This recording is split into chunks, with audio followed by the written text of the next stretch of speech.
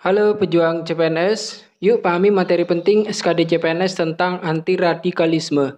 Jadi materi ini termasuk materi yang baru di TKP ya, berdasarkan Permenpan RB dan keputusan Menpan RB tentang CPNS yang terbaru ini 2021 ada materi yaitu tentang anti radikalisme. Oke, teman-teman, kita harus memahaminya ya. Nah, tahukah kamu apa itu anti radikalisme?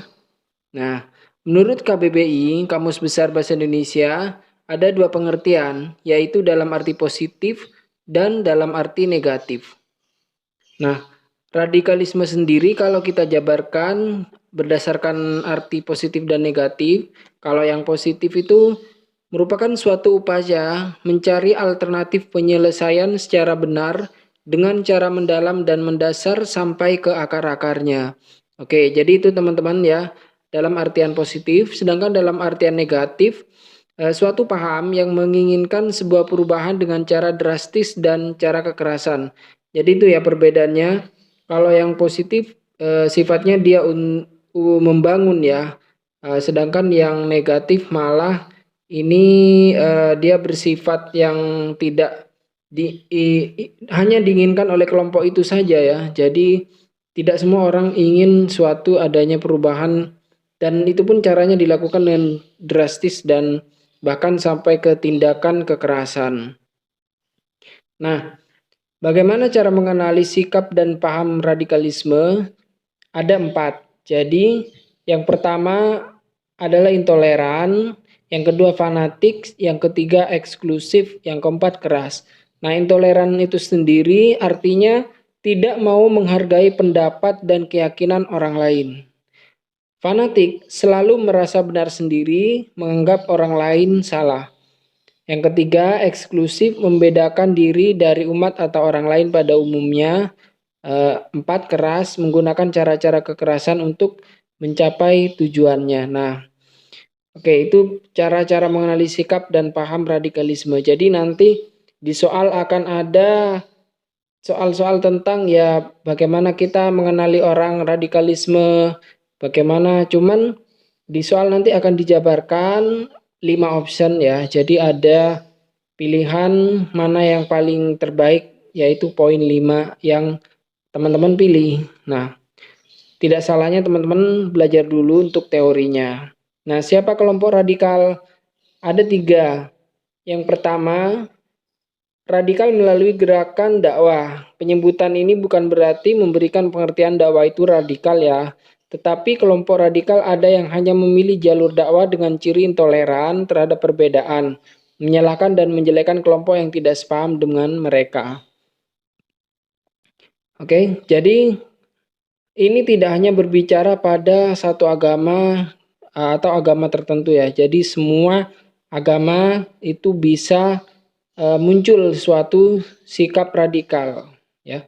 Yang kedua, radikal melalui gerakan politik. Kelompok ini dicirikan dengan keinginan mengganti ideologi negara dengan ideologi atau dasar lainnya. Nah, hal ini sudah pernah terjadi di Indonesia ya, yaitu penggantian ya salah satu adalah PKI ya, komunis, ideologi diganti dengan komunis, dengan sosialis dan lain-lainnya. Yang ketiga, kelompok teroris. Kelompok ini dicirikan dengan tindakan kekerasannya dalam melaksanakan pandangan dan pemikirannya yang radikal. Nah, jadi ini ketiga kelompok yang bisa dikatakan radikal. Tahapan perubahan paham, sikap, dan tindakan. Jadi ini ada 3 tahapan yang berkaitan dengan paham, sikap, dan tindakannya. Tahapan yang pertama adalah intoleran. Kalau intoleran memiliki suatu pandangan yang benci keragaman dan perbedaan. Pada tahap ini, intoleransi masih berwujud pada paham. Ini awal masuk paham radikal ya, tidak menghargai perbedaan dan cenderung menyalahkan orang lain.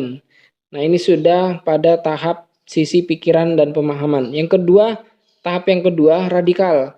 Nah, adalah suatu sikap yang mulai aktif menyalahkan orang lain seperti mudah mengkafirkan ya dan benci kepada kelompok atau golongan yang berbeda. Terpapar ini sudah pada sisi sikap. Oke. Yang ketiga, teroris adalah tindakan yang mulai mewujudkan radikalisme dalam tindakan dan aksi kekerasan. Menyikapi perbedaan dengan tindakan misalkan seperti pembunuhan, ya, penyanderaan, penyiksaan dan lain-lain. Jadi ini tahap, ya. Yang pertama intoleran, yang kedua radikal, dan tahap yang terakhir sudah dalam bentuk tindakan itu seperti terorisme, ya. Jadi membuat teror. Dan ingat, ini tidak hanya pada salah satu agama saja, pada salah satu suku atau aliran paham tertentu, tapi semua bisa timbul sikap radikal, ya, ataupun bahkan tindakannya. Bagaimana cara mencegah radikalisme? Yang pertama adalah pencegahan. Pencegahan itu sendiri suatu tindakan untuk menghalau penyebaran ide-ide radikal dan ancaman radikalisme. Pencegahan itu bisa dilakukan dengan menutup kanal atau media penyebarannya di lingkungan pekerjaan. Direksi dan HRD dapat memanfaatkan kewenangannya dalam memutus kanal-kanal tersebut, tentu dengan pendekatan yang soft, ya, atau lunak. Nah, yang kedua, persuasif. Tindakan yang dilakukan membujuk individu atau kelompok agar tidak terpapar ide-ide radikal atau melakukan tindakan radikalisme. Yang ketiga, intervensi adalah suatu tindakan campur tangan yang dilakukan dengan maksud untuk menghentikan penyebaran ide-ide radikal serta ancaman radikalisme. Nah, ini yang perlu saya tekankan untuk teman-teman CPNS, ya. Nanti akan ada soal, ya. Anda misalkan ditanya sebagai posisi atasan, ya, atau Anda sebagai seorang PNS. Nah, misalkan menemukan di lingkungan sekitar kantor Anda ada teman yang memiliki sikap radikal. Nah, pencegahannya seperti apa? Nah, pahami, ya. Jadi poin-poin ini pahami untuk pencegahan secara persuasif ataupun secara intervensi. Nah, untuk teori ini teman-teman pahami dan kembangkan, nanti akan menemukan bagaimana penyelesaiannya. Oke, latihan soal HOTS. Nah, HOTS seperti yang kita kenal. Kalau HOTS itu istilahnya kita susah. Jadi seolah-olah jawaban semua itu benar, ya. Jadi dari A sampai E itu kelihatannya itu yang paling benar, semuanya benar. Nah, makanya dari itu teman-teman pahami juga dasar-dasar teori radikalisme, ya. Lalu pengembangannya, pengaplikasiannya sehari-hari itu seperti apa. Oke, ini saya ambil dari salah satu sumber. Kita langsung aja ke soal yang pertama. Anda baru saja menyaksikan video pada kanal YouTube Sekretariat Presiden. Di dalam video ini, Presiden menyoroti sejumlah ancaman di ruang digital, mulai dari penyebaran hoax hingga radikalisme berbasis digital. Presiden meminta publik mengisi ruang digital dengan konten yang positif. Sebagai ASN, tindakan apa yang akan Anda lakukan? Oke. Trik untuk mengerjakan soal TKP ini bermacam-macam. Bahkan ada yang ekstrim, ya. Jika waktunya sudah habis, teman-teman ada yang bahkan tidak membaca soal. Jadi fokus membaca jawaban, dan itu memang bisa sih terlihat. Tapi alangkah baiknya cukupkan waktu, ya, untuk membaca soal juga. Ya, dan itu dilakukan pembacaan soal satu kali saja, jangan berulang-ulang kalau waktunya sudah mepet, ya. Oke, ini ada 5 option dan ini tidak ada jawaban yang salah. Semuanya memiliki poin, yaitu 1 sampai poin 5. Target kita harus mencapai poin 5, ya, karena nanti akan mempengaruhi pada nilai TKP secara keseluruhan. Nah, yang pertama kita baca dulu dari option A, B, C, dan E, kita saring manakah yang benar. Nah, kita langsung aja ke kunci jawaban karena ini pembahasan, ya. Jadi bagaimana memilih jawaban yang benar. Oke. Kita urut dari nilai poin yang terendah dulu, ya. Poin yang terendah dulu di C. Ini poinnya 1. Menghindari media sosial karena takut terpapar paham radikalisme. Ya, kenapa ini poinnya 1 atau paling kecil? Karena ada kesan tindakan dia menghindari media sosial, ya. Karena memang seharusnya kita tidak menghindari ya. Malah kita media sosial butuh pada saat kita menjadi seorang ASN, misalkan mencari informasi atau menyebarkan informasi yang bernilai positif. Nah, oleh karena itu nilainya untuk C itu poinnya 1. Lalu yang poin kedua ini ada di option E. Nah, kenapa? Menggelar diskusi dengan teman sesama ASN agar bisa deteksi dini jika ada teman yang terpapar. Oke, ini nilainya bagus lah dibandingkan dengan yang option C. Hanya saja ini sebenarnya bukan, kita melihat dulu ya, kita ASN itu ASN yang misalkan bekerjanya di Badan Penanggulangan Teroris kah, atau di ASN sebagai tenaga kesehatan dan lain-lain.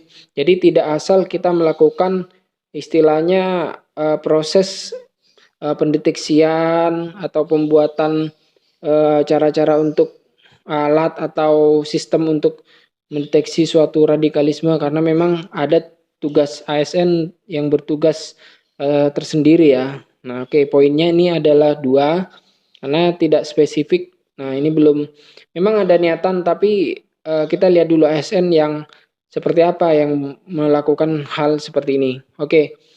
Untuk yang poin 3 di option D. Fokus menjalankan tanggung jawab pekerjaan dan mendukung upaya pemerintah melawan radikalisme. Oke, ini juga bagus ya. Nah, poin yang paling mengangkat daripada sebelumnya ya, option sebelumnya adalah ini mendukung upaya pemerintah dan fokus menjalankan tanggung jawab. Tapi ini hanya fokus menjalankan tanggung jawab pekerjaan. Jadi seolah-olah abai ya terhadap adanya isu-isu radikalisme. Mendukung ini pun hanya mendukung dalam bentuk apa? Nah, tidak digambarkan tindakan untuk melawan radikalisme. Oke. Lalu poin selanjutnya yang poin 4 adalah di option A. Ya, tetap aktif di media sosial dan membentengi diri agar terhindar dari paham radikalisme. Oke, nah ini berkebalikan ya dengan option D. Ini tetap aktif ya di media sosial dan membentengi diri. Ya, membentengi diri. Oke, lebih bagus dari ke 3 option sebelumnya. Ya, nah poinnya adalah 4 karena ini sudah ada usaha ya untuk membentengi diri dan tetap aktif di media sosial. Lalu poin yang tertinggi adalah di option B. Ya, kenapa di option B poinnya yang tertinggi? Karena ini lengkap sekali ya. Oke, boleh lebih mawas diri, turut membantu mengedukasi. Ya, ini sudah ada proses tindakan ya, kita membantu melakukan edukasi. Kalau edukasi berbeda dengan misalkan pendeteksian dan lain-lain. Kalau edukasi ini masih bisa ya dilakukan oleh ASN pada lingkungan kerja dimanapun ya. Mengedukasi masyarakat untuk mewaspadai radikalisme berbasis digital. Nah, ini di era digitalisasi sekarang juga ya. Dan mengisi ruang digital dengan konten yang positif. Nah, ini poinnya tinggi sekali ya, karena dia dari diri sendiri sudah memfilter, mawas diri, membantu ya, ada tindakan untuk negara membantu menghilangkan atau mencegah isu-isu radikalisme meluas, dan ini melakukan tindakan bahkan membuat konten positif. Misalkan seorang YouTuber ASN yang sekaligus YouTuber membuat konten tentang pencegahan radikalisme. Nah, itu makanya poin yang option B tinggi ya. Ini poin maksimal yaitu 5. Oke, soal yang kedua. Anda tergabung dalam grup WhatsApp yang saat ini sedang ramai oleh isu yang mengarah ke ujaran kebencian pada suku tertentu. Pada awalnya ada salah satu anggota grup yang membagikan pesan broadcast ke grup, kemudian ditanggapi oleh sebagian besar anggota di grup WhatsApp. Diawali dengan diskusi, kemudian berakhir dengan keluarnya hujatan pada suku tertentu. Dalam situasi ini, apa sikap Anda? Nah, lagi-lagi ya Anda dihadapkan pada suatu permasalahan yang berkaitan tentang ya, nanti bisa jadi ini suatu paham misalkan awalnya, tapi nanti ujung-ujungnya akan terjadi radikalisme. Oke, kita Lihat dulu kira-kira poinnya tersebar, persebaran poinnya dari yang rendah yang sampai yang tinggi yang mana. Oke, di option B ini poinnya adalah 1. Langsung keluar dari grup WhatsApp karena konten yang dibahas tidak sesuai dengan marwah. Nah, ini ya yang sebenarnya ini malah menghindari masalah ya. Harusnya kita menghadapi masalah bersama-sama ya. Kita tidak lari dari masalah. Poinnya ini yang paling rendah. Oke, lalu poin yang kedua, poin 2 ini di A. Tidak ikut-ikutan karena belum mengetahui kebenaran informasi dan hanya menjadi silent reader di grup WhatsApp tersebut. Ini nggak bagus juga, cuman nggak lebih buruk daripada option B tadi ya. Ini masih stay di grup itu, hanya saja dia karena belum yakin lah istilahnya, hanya menjadi pendengar saja ya. Nah, tidak ikut berkecimpung. Poinnya 2. Lalu poin yang ketiga di option C, ya ini ya, yang ke poin 3, tidak langsung percaya pada informasi yang di-share oleh anggota grup dan mencari tahu kebenaran info yang di-share di grup WhatsApp di kanal berita terpercaya.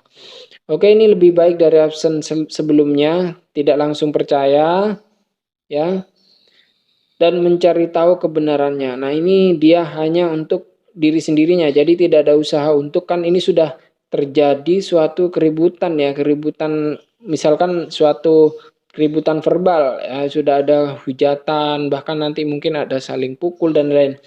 Ini nomor 3 oke, cuman hanya saja dia untuk diri sendirinya ya, tidak lingkungannya, dia tidak melakukan suatu upaya untuk meredam emosi dan lain-lain. Oke, poin selanjutnya yang D ya, poin 4. Mencoba menguji kebenaran informasi yang dibagikan dan berusaha melakukan cooling down agar pembahasan di grup tidak semakin memanas. Nah, ini sudah ada usaha untuk diri sendiri ya, mencari kebenaran informasi dan melakukan cooling down. Nah, ini sudah melakukan istilahnya pendinginan suasana ya, agar tidak bertengkar atau tidak terjadi keributan lebih lanjut. Sudah ada tindakan untuk mengendalikan lingkungannya. Ini lebih baik dari 3 option sebelumnya. Oke, option E, poin maksimal ya. Kenapa? Lebih baik dari keempat option ya. Menguji kebenaran informasi yang dibagikan dan mengingatkan anggota grup untuk tidak tergesa-gesa dalam mempercayai informasi yang beredar dan menguji kebenaran informasi terlebih dahulu serta tidak melakukan respon yang mengarah pada ujaran kebencian. Oke, kenapa ini lebih tinggi poinnya? Karena ini ada tindakan yang lebih banyak dilakukan dari option-option sebelumnya ya.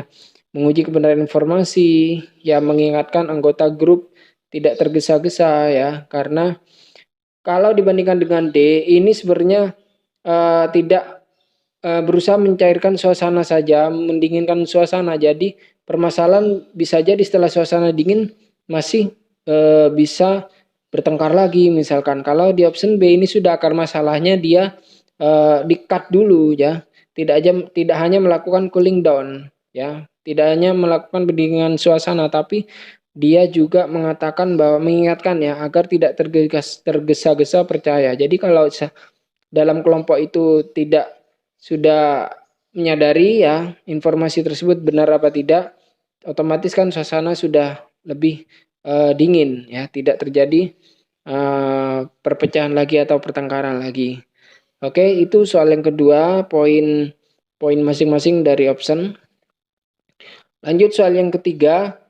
Anda memiliki seorang teman yang dulunya merupakan simpatisan HTI. Anda mengetahui bahwa pemerintah telah membubarkan HTI pada tanggal 19 Juli 2017. Lalu karena dinilai bertentangan dengan Pancasila dan Undang-Undang 1945. Saat ini teman Anda masih intens menyisipkan narasi-narasi propaganda tentang konsep HTI di postingan media sosialnya. Apa sikap yang akan Anda ambil? Nah, kita lihat dulu poin yang paling rendah ya di option C. Oke, dia poin 1. Kenapa? Ya, lihat jawabannya. Tidak tergesa-gesa merespon dan mengamati lebih lanjut. Jika masih dilakukan secara konsisten, baru saya tegur dan saya ajak berdiskusi kontra HTI secara bil hikmah. Tidak tergesa-gesa. Nah, padahal ini sudah terjadi ya, teman, dikhawatirkan postingan ini beredar luas kalau tidak kita cepat-cepat mencegah. Oleh karena itu poinnya ini 1 ya. Lalu untuk poin 2 di option B, membloknya di media sosial agar tidak terpengaruh propaganda tentang HTI. Ya ini juga langkah yang ya bisa diambil, tapi ya kurang kurang begitu tepat ya, karena kita langsung blok ya, karena tugas kita malah mengusahakan teman itu atau informasi tersebut tidak tersebar. Kalau hanya memblok bisa jadi orang eh, sudah melihat nanti viewersnya banyak ya, bisa menyebar informasi yang tersebut. Oke, poinnya 2 ya, lebih baik dari option sebelumnya, namun masih ada sesuatu yang kurang. Lalu di poin 3 option A, membuat postingan tandingan di media sosial saya seputar bahaya konsep yang ditawarkan HTI karena mengancam persatuan dan menyindir teman saya agar dia sadar.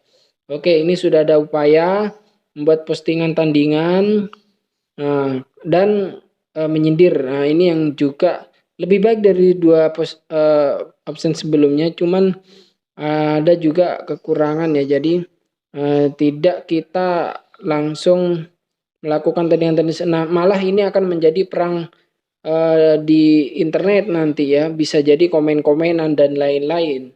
Nah, lalu poin yang keempat di option E, meninggalkan komentar di postingan teman saya berupa narasi kontra ateis secara bil hikmah. Nah, ini lebih baik daripada membuat postingan tandingan ya, karena kalau postingan tandingan bisa seolah-olah ini malah meningkatkan suatu permasalahan ya, karena kita malah istilahnya melakukan saingan gitu ya. Nah, meninggalkan komentar, nah ini lebih lebih bijak daripada yang option A sebenarnya. Lalu poin yang D ya, poin yang tertinggi adalah 5, menegurnya secara langsung dan menyisipkan pemahaman kontra HTI bil hikmah saat berdiskusi. Nah, perlu teman-teman ketahui kalau bil hikmah itu maksudnya penyelesaian masalah secara bijaksana ya, secara arif. Nah, menegurnya secara langsung ya. Jadi kita tidak melakukan istilahnya perang media sosial dan lain-lain ya, nanti malah ribet. Nah, menegurnya secara langsung ke teman, jadi mendatanginya ya.